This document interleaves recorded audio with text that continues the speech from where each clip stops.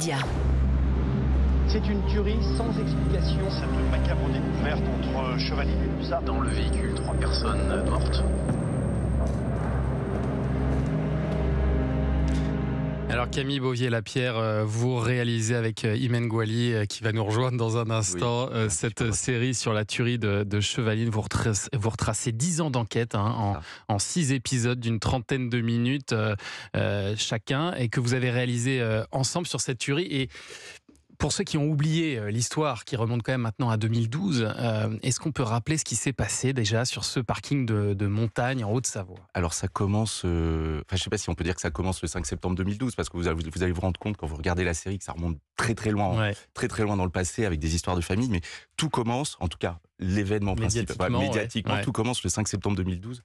Vers 15h30, il y a un cycliste et une famille d'anglo-britanniques qui sont sauvagement assassinés, 21 balles tirées, 18 coups touchés, extrêmement violent, un acte vraiment perpétré avec application et détermination. Et tout ça, pour l'instant, dans un mystère le plus complet, pas de témoins, des gens qui arrivent très très vite après, des gens qui les croisent juste avant, donc on sait précisément exactement l'heure de la tuerie à quelques minutes près, et pourtant un mystère qui perdure toujours encore aujourd'hui. Et c'est un drame qui marque le début d'une enquête hors norme entre la France, la Suisse, l'Angleterre, même l'Irak. Et l'idée de la série a été de reconstituer le fil de cette enquête en explorant les différentes pistes au fil des épisodes. C'est comme un peu un travail de scénariste aussi pour tricoter les différents épisodes et puis nous tenir en haleine d'épisode en épisode. Alors oui, il a fallu se mettre dans les pas des enquêteurs, essayer de se mettre à leur place, essayer de comprendre, parce que nous on avait les événements, on avait les interviews, et il a fallu essayer de connecter tout ça pour essayer de comprendre les relations entre telle personne, le rapport avec l'arme, enfin, quelles étaient les connexions entre tous ces événements. Et donc, on a utilisé comme ça un personnage fictif qui nous témoigne par contre des événements bien réels. Mais tous les témoignages qu'on a eus, qui voulaient rester anonymes, ont été portés par cette comédienne qui voyage dans ce grand studio avec toutes les archives autour d'elle, qui sont aussi des reconstitutions, évidemment, on n'a pas les vraies archives, mais qui nous permet de voir l'étendue de toute cette enquête. Et puis vous l'avez fait avec une technique de réalisation originale. On va en parler dans un instant. Ce sera juste après la session de rattrapage de l'excellent Jean-Luc Lemoyne. À tout de suite sur Europe 1. Thomas Hill, Culture Média avec vos invités. Vous recevez Imen Gouali et Camille Beauvier-Lapierre, tous les deux réalisateurs du documentaire à voir sur Canal+, Sans issue, la tuerie de Chevaline. Avec les 3 premiers épisodes qui sont déjà en ligne sur MyCanal, les 3 derniers seront diffusés demain à 21h sur Canal+. Mais j'ai croisé le patron de Canal+, figurez-vous, ce matin, qui m'a dit qu'il était très heureux déjà des résultats parce que visiblement ça fonctionne très très bien. Oui, effectivement, apparemment, c'est un succès d'audience, mais on n'a pas le droit de le dire.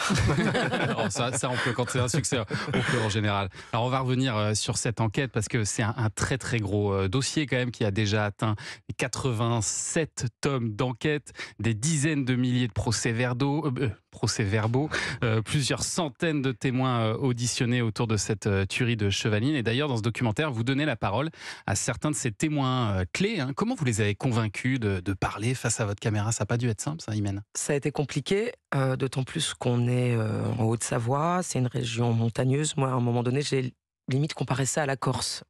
En sachant que c'est pas une île, mais il y a cette espèce d'omerta où les gens n'ont pas envie de s'exprimer, ferment les rideaux, voilà. Et l'étranger, c'est la personne du village d'à côté. Donc autant vous dire que ça n'a pas été simple, mais on a eu la chance d'avoir du temps, et le temps permet finalement de faire. Est-ce que vous avez essayé de joindre les 2 filles de la famille qui ont survécu au massacre? Non. Très honnêtement, d'entrée de jeu, j'ai dit que je le ferais pas. Parce que je pense que ces fillettes ont suffisamment elles ont morflé. besoin de rester tranquilles. Voilà. Et alors pour réaliser ce doc, Camille Beauvier-Lapierre, vous avez utilisé une technique qui est assez intéressante. Vous avez modélisé en fait la scène de crime en 3 dimensions. Comment ça vous est venu déjà cette idée? Alors c'est Imen qui m'a proposé l'idée. Ouais. Alors Imen est arrivée, elle dit regarde, la police elle a fait ça, et moi j'ai fait ah ouais en effet il y a un truc à jouer.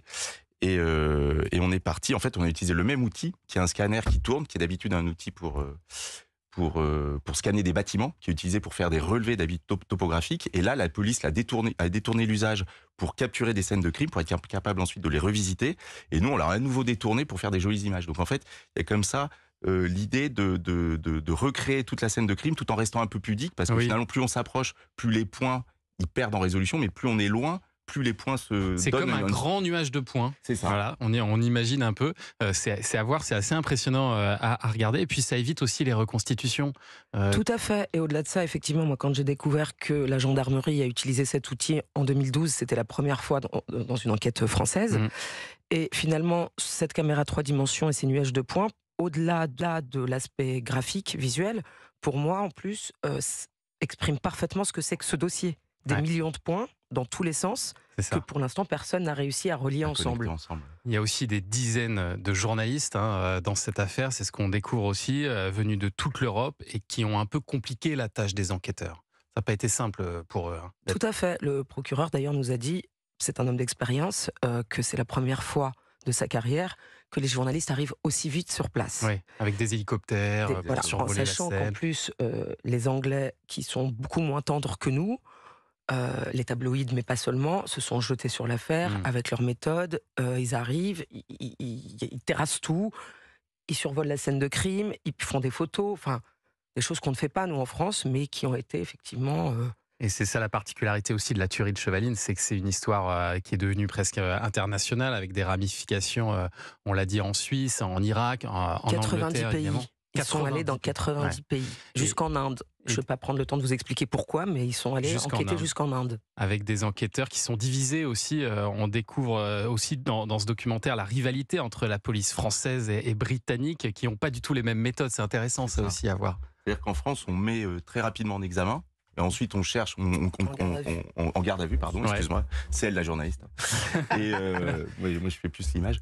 Mais et ensuite, on interroge, et ensuite, éventuellement, on relâche. Et puis, ça s'arrête là. En Angleterre, il faut un sérieux motif pour mettre en garde à vue. Voilà, c'est ça.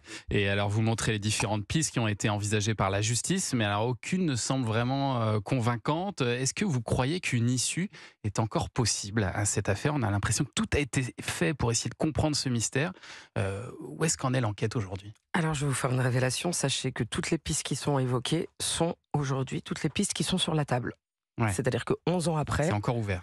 C'est ce qui est hallucinant dans ce dossier, c'est-à-dire que 11 ans après, on en est comme si on était au jour 1. Alors qu'ils ont cherché vraiment partout. C'est l'une des enquêtes les plus chères. Enfin, c'est d'ailleurs la plus chère en France. Ouais. Ils ont vraiment cherché. Mais aujourd'hui, on en est au point de départ. Et toutes ces pistes sont encore à l'étude aujourd'hui. Mais est-ce que vous, à l'issue de ces travaux, vous avez une intime conviction sur ce qui a pu se passer? Intime conviction, non.